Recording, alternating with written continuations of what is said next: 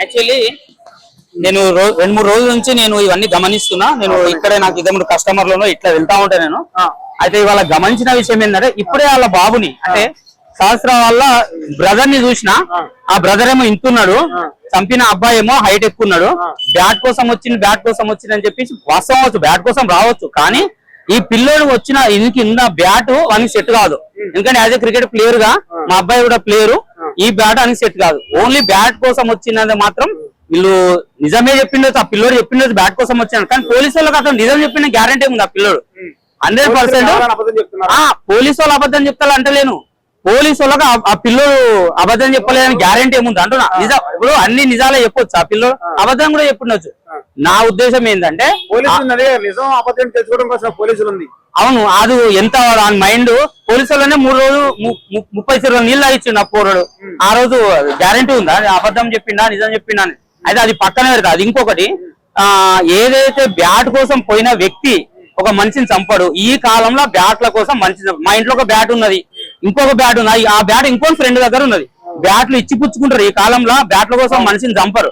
కానీ నా ఉద్దేశం ఏంటంటే ఆడు ఎప్పుడైతే పైసలు ఉన్నాయని చెప్పి తెలిసిందో ఆ టైంలో పైసల కోసం ఆలోచించిండు. అంత లోపల ఈ సహస్రాన్ని అమ్మాయి కనిపించింది సడన్లీగా. వాడు షాక్ తిన్నాడు. ఆ పైసలు మాత్రం తీసుకోలేదేమో, కానీ ఆడు పైసలు తీసుకొని దొంగతనం చేసిన తర్వాత నేను ఏం చేయాలి అని చెప్పేసి వాడు 2-3 రోజులది మొత్తం ఇట్లా చేయాలి, దాంతో ఈ పైసలతో ఏం చేయాలి, అది కొనాలి ఇది కొనాలని ఆలోచించుకున్నాడు. ఆ ఆలోచన ఒకటేసారి ఆమె కనబడేసరికి పటాపంచలైంది. ఆ మైండ్ బ్లాక్ అయిపోయి ఆ అమ్మాయిని ఆ విధంగా చేయడం జరిగిందని నేను అనుకుంటున్నాను. ఓన్లీ బ్యాట్ కోసమే కాదు, వాడు పైసల కోసం కూడా వచ్చిండు. బ్యాట్ కోసం రావచ్చు, బ్యాట్ కోసం రావడం అనేది అదొక పాయింట్ ఏమో, కానీ వానికి పైసలు కూడా కావాలి. ఆ పైసలతోని ఎందుకంటే వాడిని కత్తి పట్టుకొని తిరుగుతారని చెప్పేసి చాలా మంది అన్నారు, మీడియాలో కూడా వచ్చింది. వాని మైండ్ చూస్తే పోలీసు వాళ్ళకు 30 చెరువులు నీళ్ళు తాగిపించిండు. అలాంటి ఓన్లీ బ్యాటే కాదు, వానికి పైసలు కూడా కావాలని చెప్పి ఆ మధ్యలో తెలిసిందని అన్నారు. అది కూడా మీడియాలో పైసలు కూడా కావాల్సిందేమో. ఆ పైసలు వానికి టైంకి దొరకలేదు అంటే వీళ్ళు అన్నారు పైసలు తీసుకోపోలేదు అన్నారు. మన తల్లి ఇంట్లో పెట్టిన తల్లి పైసలు ఏడబెట్టిందో ఒక్కొక్కసారి మర్చిపోతుంది. వాడు అక్కడ ఉన్నాయి అనుకున్నాడు, ఆవిడ దొరకలేదు. పైసల కోసం మాత్రం ఖచ్చితంగా పోయి ఉంటాడు వాడు. ఆ పైసలతో నేను ఏం ఎంజాయ్ చేయాలని ఒక 3 రోజులు వాడు మైండ్ లో పెట్టుకొని ఆలోచించిండు. ఇది చేయాలి, నేను అది చేయాలి ఆలోచించిండు. పైసలు ఆమె కనబడేసరికి ఆడు అంత ఘాతుకానికి పాల్పడ్డాడు. ఇసంటి వాళ్ళని కాదు, కంపల్సరీ పెద్దగైనా కూడా వీనితో ప్రాబ్లమే. వీనికి శిక్ష ఏంటంటే మరణ శిక్ష అనే వీనికి కరెక్ట్. ఎందుకంటే రేపు పెద్దగా వచ్చినాక లేవు కానీ తీసుకురావాలి. ఇప్పుడు అంటారు కదా పెద్ద వాళ్ళు, కేపాల్ కూడా వచ్చింది పోలీస్ స్టేషన్ కు, నేను చట్టం తీసుకొస్తాను అంటే ఆయనే మామూలుగా అని ఉండొచ్చు. కాకపోతే నిజంగా వాస్తవానికి చట్టం తీసుకొస్తే మంచిది. ఎందుకంటే ఇది 18 సంవత్సరాల తర్వాత వాళ్ళకు ఏజ్ వస్తుంది అనేది కాదు. ఇక్కడ 12 సంవత్సరాలకే పెద్ద 20 సంవత్సరాల ఏజ్ మాటలు మాట్లాడుతారు. 20 సంవత్సరాల ఏజ్ ఉన్న పనులు చేస్తారు. 20 కాదు, ఒక సుపారీ ఇస్తే చేస్తారు చూసిన అలాంటి పని చేసిండు ఇవాళ.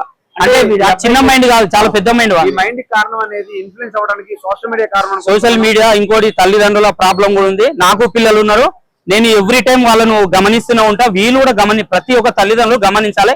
ఇంకొకటి ఇప్పుడు నేను ఒక విషయం చెప్తున్నా, అది ఎవరికి బాగా అనిపించినా కూడా ఒక విషయం మాత్రం ఇది చాలా ఇంపార్టెంట్ విషయము. నేను ఒక 6 సంవత్సరాల కింద కూడా ఒక వీడియో తీసిన, ఆ వీడియో తర్వాత మళ్ళీ చూపిస్తాం మీకు. ఏంటంటే ప్రతి ఒక్క ఆడపిల్లకి ఇమ్మీడియట్లీ ఎవ్వరు కాపాడలేరు, ఆ దేవుడు వచ్చిన వాళ్ళు కాపాడలేరు. వాళ్ళు కాపాడాలి అంటే ప్రతి ఒక్క అమ్మాయి కంపల్సరీ కరాటే నేర్చుకోవాలా. ఒకరిని చంపడానికి కాదు, అట్లీస్ట్ వాళ్ళ ప్రాణం రక్షించుకోవడానికి ప్రతి ఒక్క అమ్మాయి కరాటే నేర్చుకోవాలి. ఇప్పుడు మన 3rd క్లాస్ నుంచి కానీ 2nd క్లాస్ నుంచి కరాటే కుంఫు ఇలాంటి ప్రాణ రక్షణ ఏదైతే ఉందో అలాంటి కంపల్సరీ కరాటే నేర్చుకోవాలా వాళ్ళు. ఇది నేను అందరికీ చెప్పాల్సిన విషయం ఏంటంటే ప్రతి ఒక్క ఆడపిల్ల మీరు మొత్తం చదువు మీద కాదు దృష్టి పెట్టాల్సింది.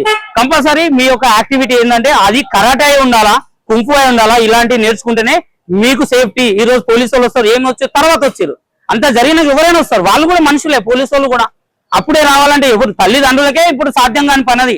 మన ప్రాణ రక్షణ మనమే చేసుకోవాలి. కాబట్టి 100% కరాటే లాంటివి నేర్చుకోవాలి ప్రతి ఆడపిల్ల, ప్రతి ఒక్క తల్లిదండ్రులు దాని మీద దృష్టి పెట్టాలి. ఇది ఇంతవరకు ఏ మీడియాలో చెప్పాలి. ఇప్పుడు నేను చెప్తున్నా, వాళ్ళ పిల్లల భవిష్యత్తు బాగుండాలి అంటే చదువు ఒక్కటే కాదు, చదువు 50% ఉన్నా సార్, ఇంకో 50% మాత్రం ఇలాంటి యాక్టివిటీ ఉండాలా.